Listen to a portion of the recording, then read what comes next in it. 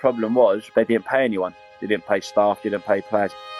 The pros obviously sitting there like, well, we've got mortgages and bills to pay. That was it. We were buying stuff for match days out of our own pockets, really.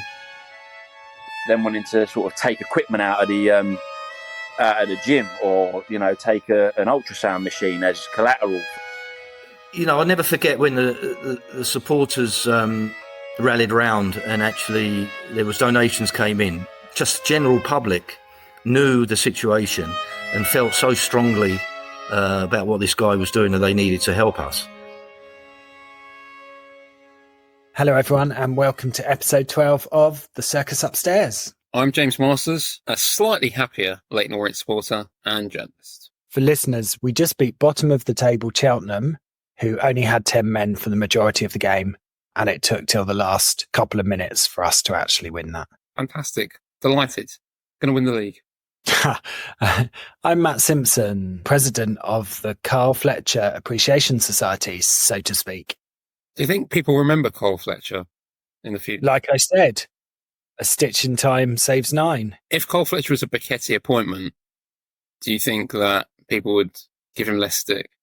If I knew the answer to that, I'd be a millionaire. Lots of in-jokes for the Orient fans. Lots of editing already. Lots of editing.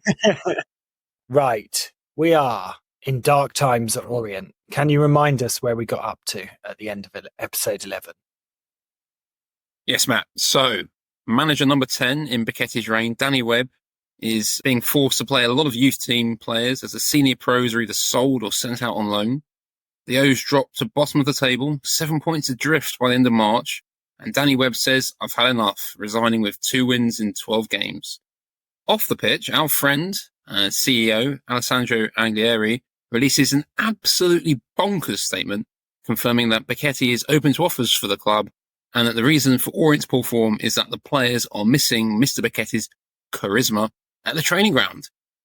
Also turns out that Becchetti hasn't paid the club's taxes, so Orient faced a winding up order in court that could have put them out of existence.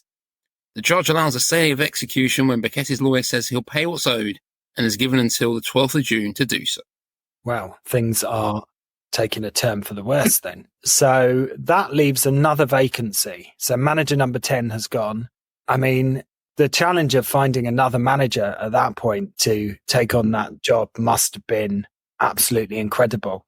Again, I suspect Becchetti just hunted around the building and saw anyone who was standing around. Who did he end up appointing? Well, huge surprise here, Matt. Huge surprise, because it was Danny Webb's assistant. It was Omer Riza, who was the lucky man to be given the job. The 11th manager of Mr. Becchetti's reign. And what do you know about Omer Riza?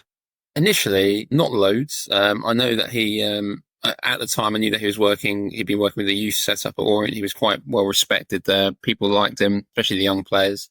As a player, he'd had a decent career. He started off at Arsenal and went on from there. So he had a little bit of pedigree, but I think, as we've said before, it wouldn't matter if Pep, Klopp, Mourinho had the job at this point. It wasn't going to do anything for anyone. So Mr. Rizza was left with an almost impossible task, and he said, well, why not? So we spoke to Omer and asked him why he wanted to take on the manager's job in those circumstances.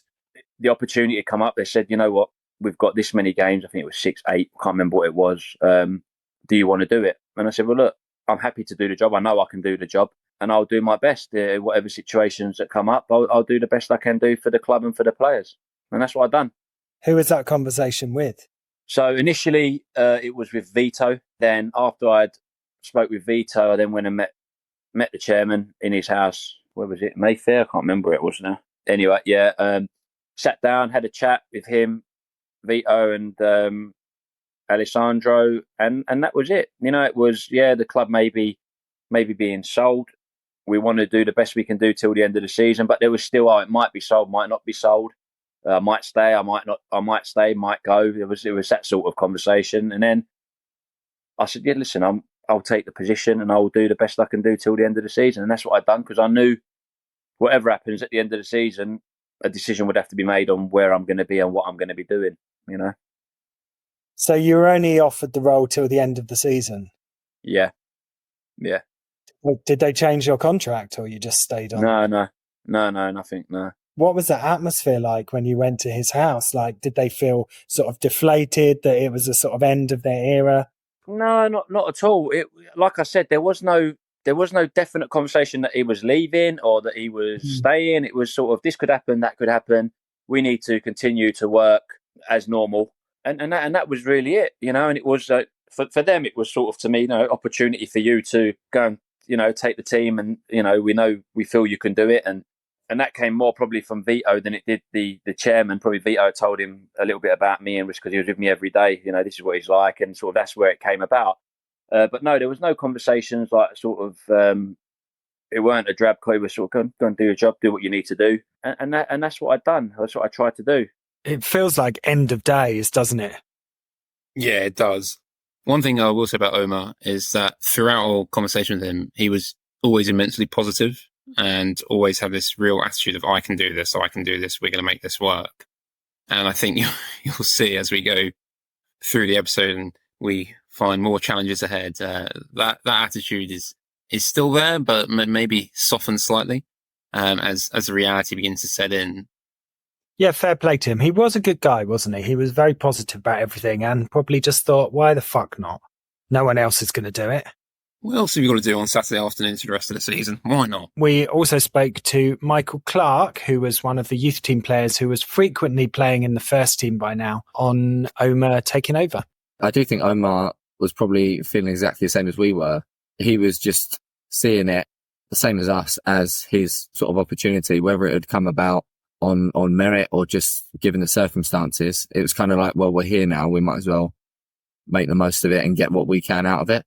But yeah, it was just a case of giving it all you can, trying to keep the morale positive. Like he'd join in training a few times and just making as good as we could out of the situation we were in.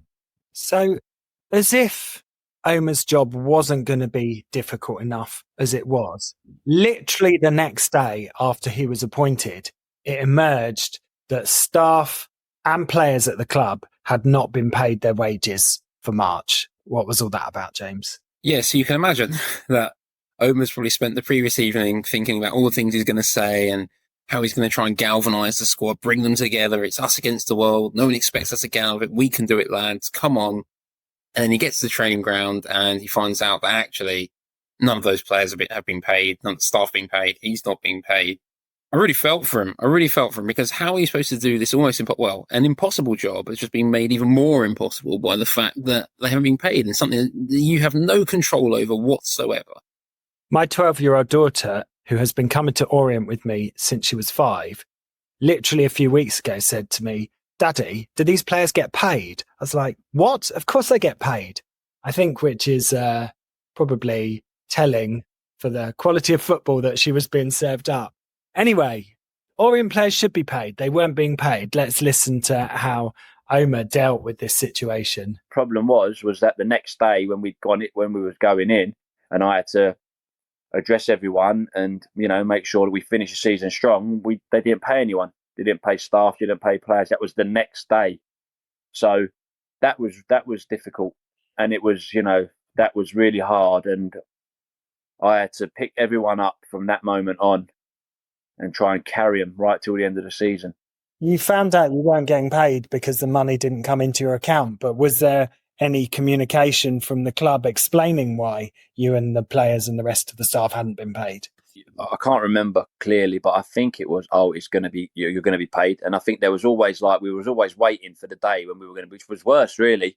You'd rather them just say, we're not paying. But it was like, no, it's going to go in this day, or it's going to go in this day, it's going to go in this day. So what apparently happened at this point was that Vito Micheli, who was the chief operating officer, Becchetti's right-hand man, called a meeting to explain to the squad and the staff as to why they weren't getting paid. And Michael Clark was at that meeting. Yeah, so there was talk of it, and then there was something in the press about Becchetti's bank accounts being frozen. So that obviously filtered through to us, and then Vito spoke. It was just a load of waffle, really. I couldn't tell you what he said, but it didn't really add up. And Liam Kelly at the time was the one to sort of pull him on it and say, everything you just said there is a lie. And at that point, he didn't really have any answers. So Vito got together the whole squad and explained that you weren't going to be paid. Yeah, or that it would be delayed, but he didn't know when. There was no sort of time scale on it. The pros obviously sitting there like, well, we've got mortgages and bills to pay. Like, that's not a good enough answer. But that was as far as it got. He didn't have any other answers for us. Kitman Ada Martin was one of the staff who also didn't receive his wages, and he was also at the meeting with Vito Michelli. Here's his take. We were brought into the canteen at the training ground. So before we went in there was me, Liam Kelly, Nicky Hunt. We sat in 3 different corners of the room because we were going to be the ones that were going to have a go to find out what was going on. Kel spoke really well, Hunty spoke really well, and I kicked it off at what's going on. So it was a load of lies. You knew what was happening and you knew what they were saying wasn't true. You're not going to get paid. But they just swore blind, no, the money will be here today. Don't worry, the money will be here. It's not going to be here today. This went on for about 10 minutes. And because we sat in 3 corners of the room, this was Vito getting it from every angle. Didn't know where to look. But he's just, as I said, he's covering up. I said, you're getting paid, aren't you? I not get paid. I said, you're getting paid, aren't you? Of course you are. Of course you're getting paid. It's all fruitless what you're saying, but you're getting stuff off your chest. And you just hope that they see sense and pay you. And here's George Sessions, local journalist at the time, on the same situation. The wages were not getting paid on time. And that was, it was always quite crazy at Orient, but that was really sad actually, because I'd got to know a lot of people at the club really well. And all of a sudden, some of them, or a lot of them had mortgages and bills to pay, and they weren't getting paid at all. It's just disgraceful, isn't it, that people are working, doing their jobs for an organisation, for getting into a football club, and they're not being paid, not just on time, they're not being paid full stop. I mean, it is absolutely outrageous. It still makes me angry now. So either the catastrophic mismanagement of the club and the finances to reach the point where he can't actually pay anyone, or that he just deliberately did that because at this point he was just so determined to sink the club and to spite everyone that he, again, just thought, fuck it, I just won't pay anyone, see what happens. What I do know is that there were a lot of people there who were very badly affected by that financial situation. It's not just affecting the players, is it? It's affecting the backroom staff. It's affecting everyone from the secretaries to the kit man to everyone throughout the club to community liaison. So some of those people would have really struggled to pay their mortgages, feed their families. It's just there's no excuse for it. Absolutely no excuse for it whatsoever. And just underlined how much trouble the club were in at that stage. Yeah, it's not as if these were Premier League players who could get in their Ferrari Maranello and zoom off to an expensive nightclub and drown their sorrows. Like, the players themselves don't earn that much. As you say, all of the staff, a lot of them who are doing that because they love Orient and have stuck at the club for years and years and years and probably don't get paid very much. Like, it's disgusting. And note that Becchetti himself didn't have the courage to front that up to anyone and just sent his COO, Vito Michelli, who didn't have any answers, to speak to everyone on his behalf. We spoke to Howard Gould, who we've spoke to in previous episodes. He was the community liaison officer about that. Vito had become this voice for Becchetti from the top. Through everything went through Vito, through to me, and as I said, I think through to everyone else. Really, it was if you needed to know about your wages or anything, it was through Vito. What's happening, Vito? Don't worry, your wages will be paid. Okay, well, they weren't paid. Yeah, I'm sorry about that. Blah blah blah. You couldn't talk to anyone else. He was the only one you could have access to. So, along with all the other things that we've said about Francesco Becchetti, he's also a coward. He wouldn't front up, would he? He wouldn't go and tell the players himself. He wouldn't tell them we're not getting paid. Own the situation. You're the club president. You're in charge. You call the shots. At this point, he's disappeared and we're not going to see him again. He's taken his ball and he's gone home.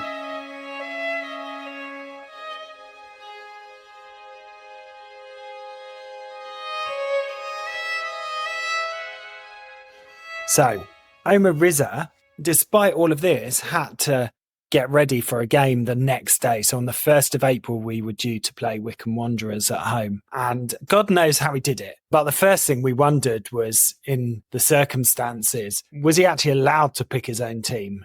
When I was in charge, I didn't have that at all.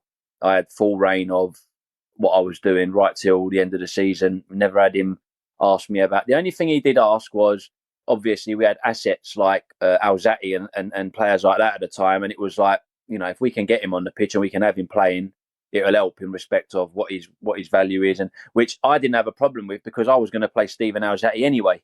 So I suppose in that respect, that you could class that as a little bit of hand in the works. But no, when I took the team, I chose my system. I chose what players I wanted to play. I chose how I wanted to play and what style I wanted to play. Honestly, that's the case. Becchetti couldn't even be bothered to pick the team anymore. Lazy. Omer Riza's debut as Orient manager did not go that well. He got sent off after 45 minutes. Let's listen to what he said about that game. Yeah, I got sent off that day. Yeah, I was upset, and I learnt a lesson there as well. Don't swear at the referee.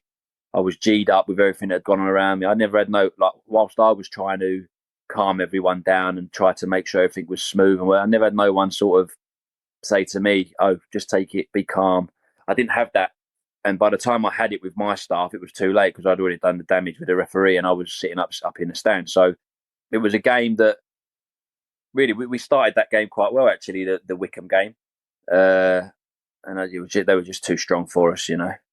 I think that was the case with a lot of the games that we'd lost. It was purely down to experience, which we knew was going to happen. And here's kitman Ada Martin with his take on that game. During the first half, one of our coaching staff, who I won't name because he's a nice fella, but he lost it with Barry Richardson, who was the Wycombe goalkeeper coach. And I'm sitting here thinking, what the hell is going on here? Like I'm the last man standing of the coaching staff now. Been on some really good benches where you have a bit of banter with the away team. But at that time, we're getting relegated. And I walked over to Gareth Ainsworth after about half hour. And I said to him, don't react, mate, please. I said, we're going down. We're going down. Just ignore anything that's going on. Because it's just inflaming something that doesn't really need inflaming. We lost the game. I walked into the dressing room after half time and I phoned up Eagle. And he goes, all right, hey, what's up? And I cried to him. I went, mate, it's actually gone today. You reach a point where everything goes. And Wycombe at home, everything went for me. Everything. From staff to players to sending off to the manager that just got the job. He got sent off and you try and calm him down. I said, it's gone today. I said, we've gone now. That's it. It's done. But that was the real turning point for me. It was done. Wycombe at home, we were a disgrace. Not playing wise, it was just off the pitch. That weren't the football team that I've grown up with, and it weren't the staff that I've grown up with, and it wasn't the attitude that we had there. It'd gone. Wycombe at home had gone massively. So you've been an Orient fan all your life. Yep, you know a lot about Orient. I do. Who was Omer Riza's assistant during that first game in charge? I know the answer, but that's because I looked at the Google Doc before we started recording. But if I hadn't have looked, I wouldn't have remembered. No, and I don't think anyone will remember the answer, so I won't spoil it for the listeners. But you can announce it. Go on. Well, I mean, this is the crazy situation. I think we were only just keeping up with who the manager was at that point. I'm pretty sure we didn't really know who the assistant was. So when Omer got sent up to the stands for the second half, there was some guy standing in the technical area who appeared to be the one instructing the team. I literally had no idea who he was, and I'm pretty sure no one else in the stadium did either. We've subsequently found out who that was. Who was it? It was Frederico Morais. I'm sure everyone got that at home. Portuguese coach. He just appeared from nowhere. He was there for 45 minutes on the touchline. I recall he looked about 12, which was quite curious. It can't be very common in football during a home game for pretty much no fan in the stadium to actually know who our own manager was. Yeah, but I do feel kind of sorry for the bloke as well. I mean, I was wondering whether the players even knew who he was for that 45 minutes. So we asked Michael Clark that. I don't even remember the guy, but one of the coaches, Federico Moraes, do you remember him? Vaguely. That name's ringing a bell. I can't think what his role was. Well, I think he was just part of the youth coaching setup, I think, at that point. Yeah. Yeah. No, I vaguely remember. Yeah. Wasn't it towards the end of the game that he got sent off? It was half time. Bloody hell. Yeah, no, it was, we were probably feeling the exact same. Like, what can you do then when you've got a manager? I mean, some of the players may not have known him well, or haven't even spoken to him much.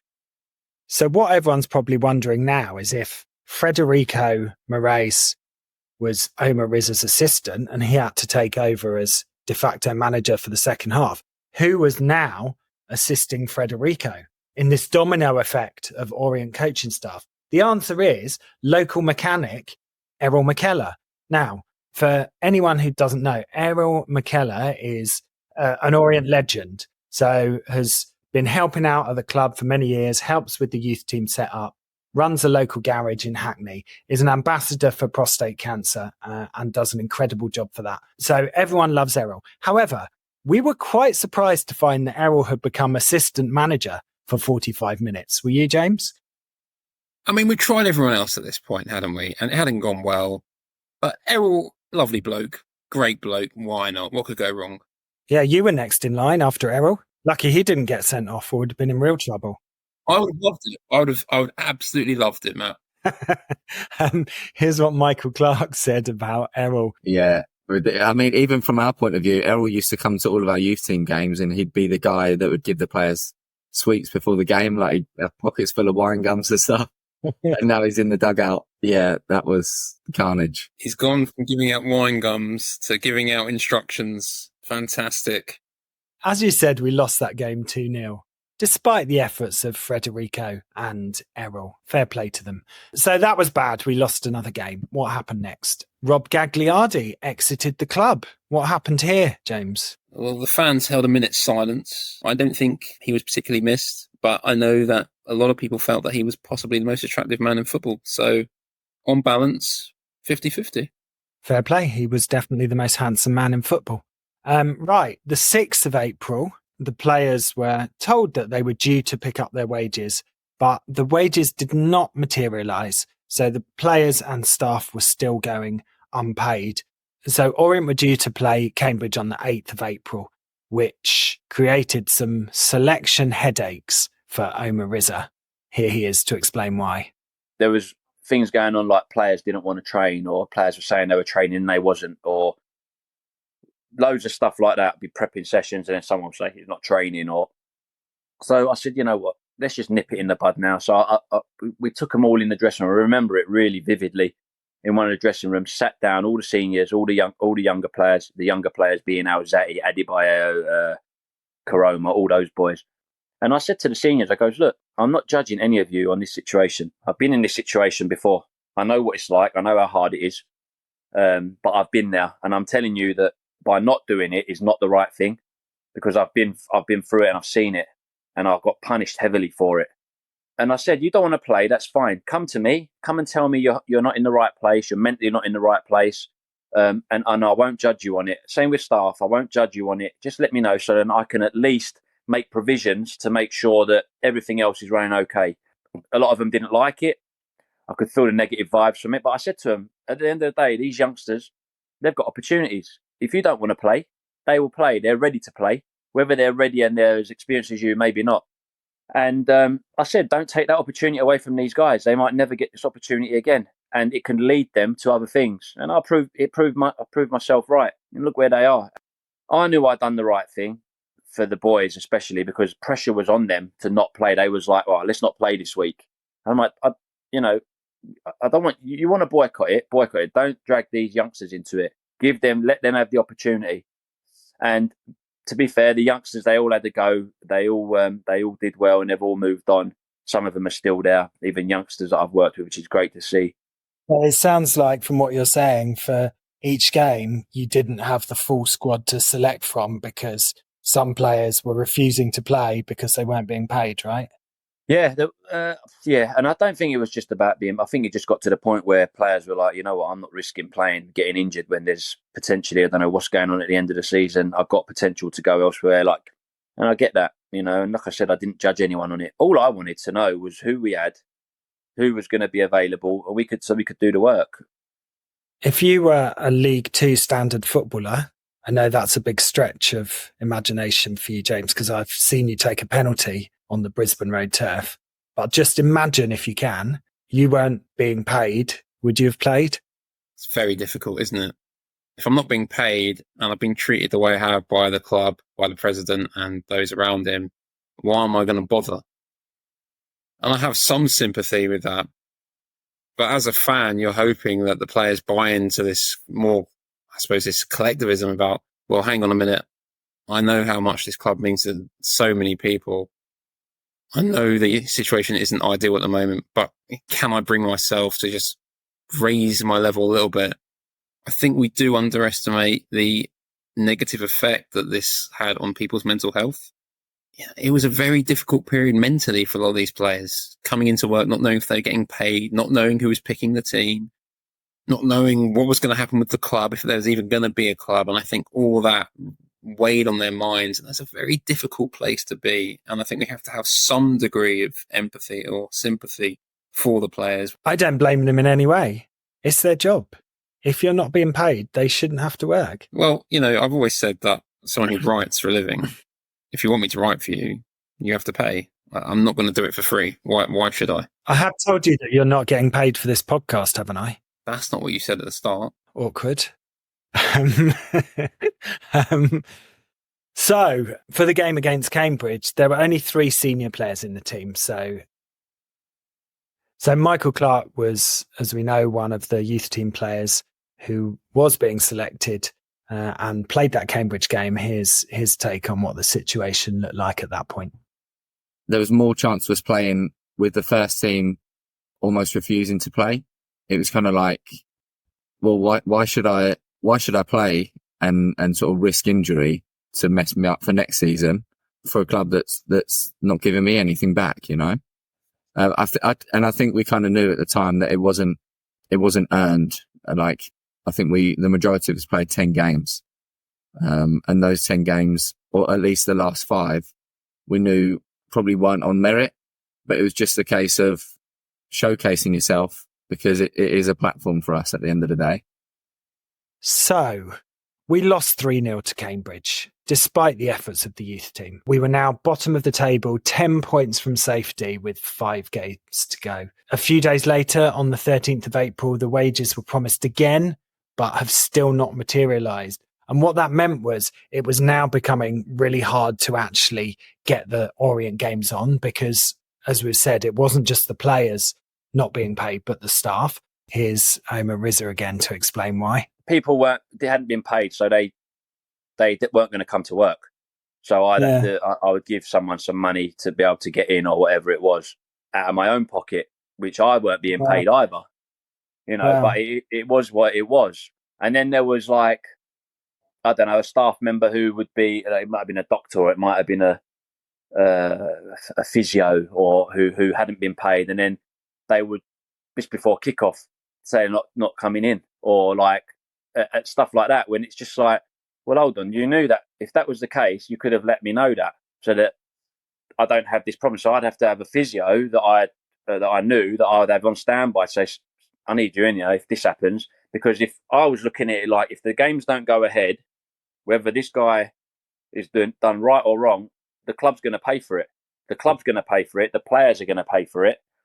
And it's not professional. And that's all I ever see, is that what is professional and what isn't. What's professional behaviour and what isn't professional behaviour. And I've always acted in a professional way, in a professional manner. And that weren't going to change. So, players not being paid and then wanting to sort of take equipment out of the out of the gym, or take an ultrasound machine as collateral for if they don't get stuff like that.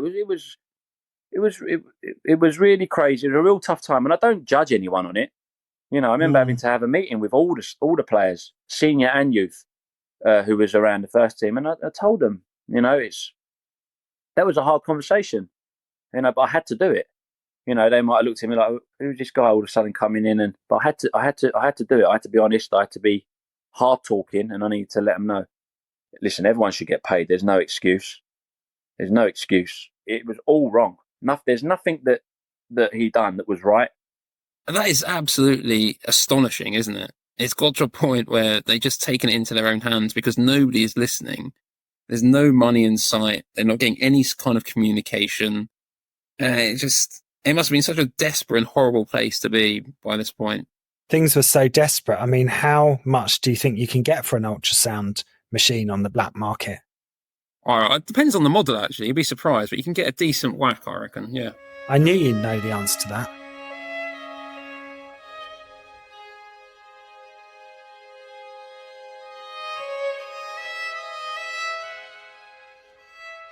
So there was a genuine risk that upcoming fixtures weren't going to go ahead. And this was something that the EFL was actually worried about. So, for example, a game can't be played if there aren't any St. John's ambulance staff present, and they need to be paid. So the EFL, which, as we know, boasts some of the most brilliant minds in the country, came up with the idea that the Leyton Orient Fans Trust could step in here. Here's Loft Vice Chair Tom Davies to explain. When they hadn't contacted us directly, they suggested to the club, apparently, that this is something that Loft could do, because obviously they're like, well, maybe these good-hearted supporters will just, rally around their team and pay the ambulance men. So that was kind of, and obviously it was scoffed at and, got quite a furious, jokey, you're taking the piss, aren't you, type response. Nothing more was heard of it, but it was symptomatic of the chaos of the club and a chaotic response to it from the football authorities. Let me get this right, Matt. It was suggested that the Leyton Orient Fans Trust pay for the St. John's ambulance to be present at the game so the game could take place. That is correct. And we also talked to Kitman Ada Martin about the difficulty of getting the games on during that period. We had free credit cards, and my one was the last one to be used up because they just weren't paying them off. Yeah. So you could get credit, but once that all ran out, that was it. We were buying stuff for match days out of our own pockets, really, like player supplements and that. I was going shopping with the missus at Tesco's and buying some energy gels, things like that, just to use at the next game, just in case. Thanks to the efforts of Ada and the rest of the staff, the next two games did go ahead, and actually Orient did pretty well. We drew 2-2 at Luton, then beat Hartlepool at home 2-1. So that gave fans a glimmer of hope that maybe the club could avoid relegation, although we were still 7 points from safety with 3 games to go. Here's Omer Riza on those 2 games.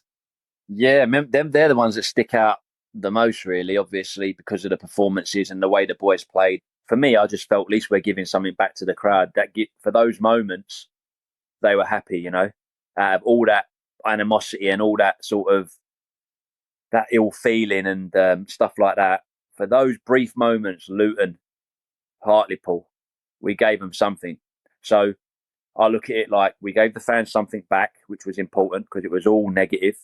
There were the positives, and then the players got what they needed to kick on in their careers. And the club didn't get fined, and the club didn't pick up any silly fines for not playing and this, that, or the other. And I left it in as best a position as I could. So while this was all going on, staff and players still weren't being paid. I mean, it got really bad. I don't know if you remember Neil Barron. Neil was a sports massage therapist. And 2 days after the Hartlepool game, the Orient staff released a statement pertaining to the non-payment of wages. On that same day, Neil tweeted that he'd actually left his job. Well, he didn't leave. So this is what he said. I asked for travel expenses so I could at least get in to help. It was rejected, so they're getting someone else in to do my job. #end of 7 years. So that's a guy who worked for Orient for 7 years, couldn't afford to get to work because he hadn't been paid, asked for expenses, and was told to get walking.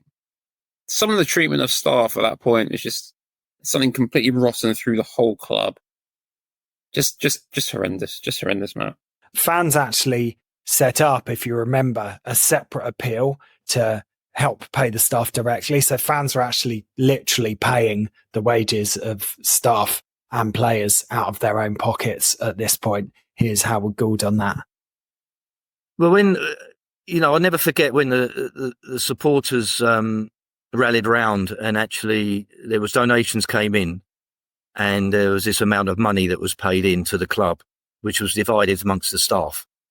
And they did that properly. They did it, full time, got more money. And like, if there was a little somebody, everyone got something. Even if you were part time, you did an hour a day and you went in, you got like 10 quid, this is from the supporters. There's a tenner. It worked like that, right from the bottom all the way to the top.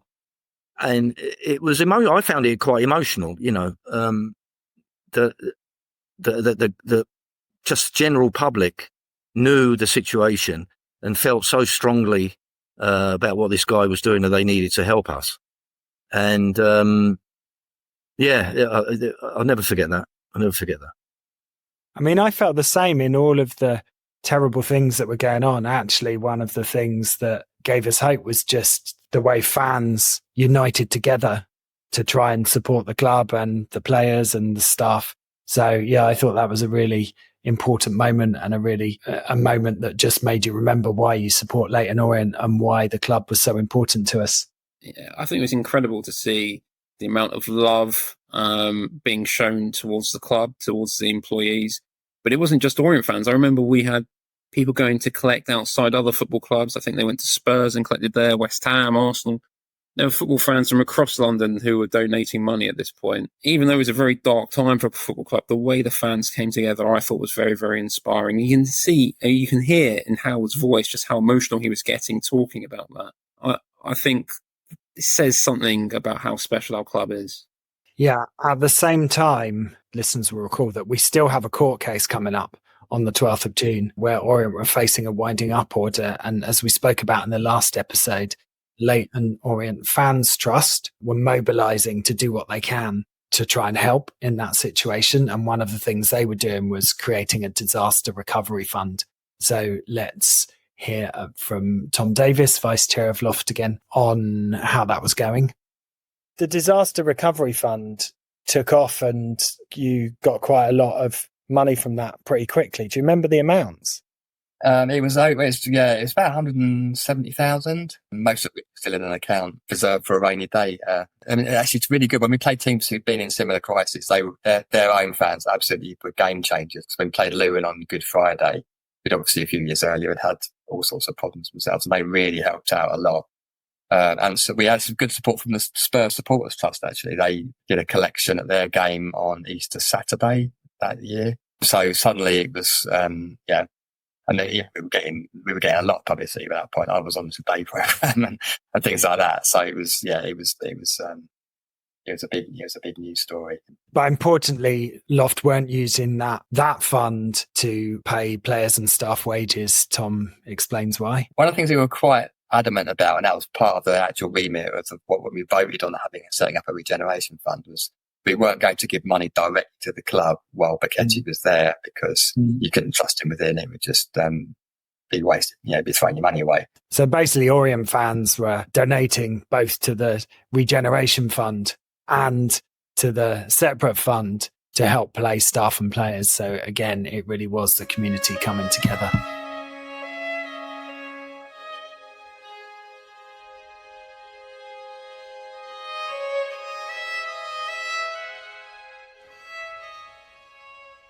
Back on the pitch, we were due to play Crewe away on the 22nd of April and had to win that game to stand even the slightest chance of avoiding relegation.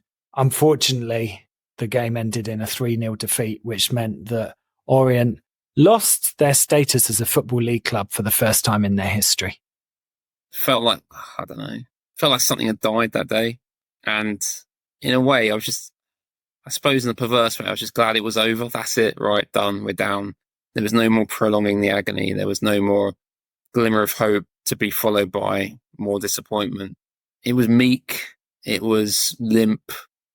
It was just a really sad day. And I think what made it worse was that we didn't know if we'd still have an Orient next season.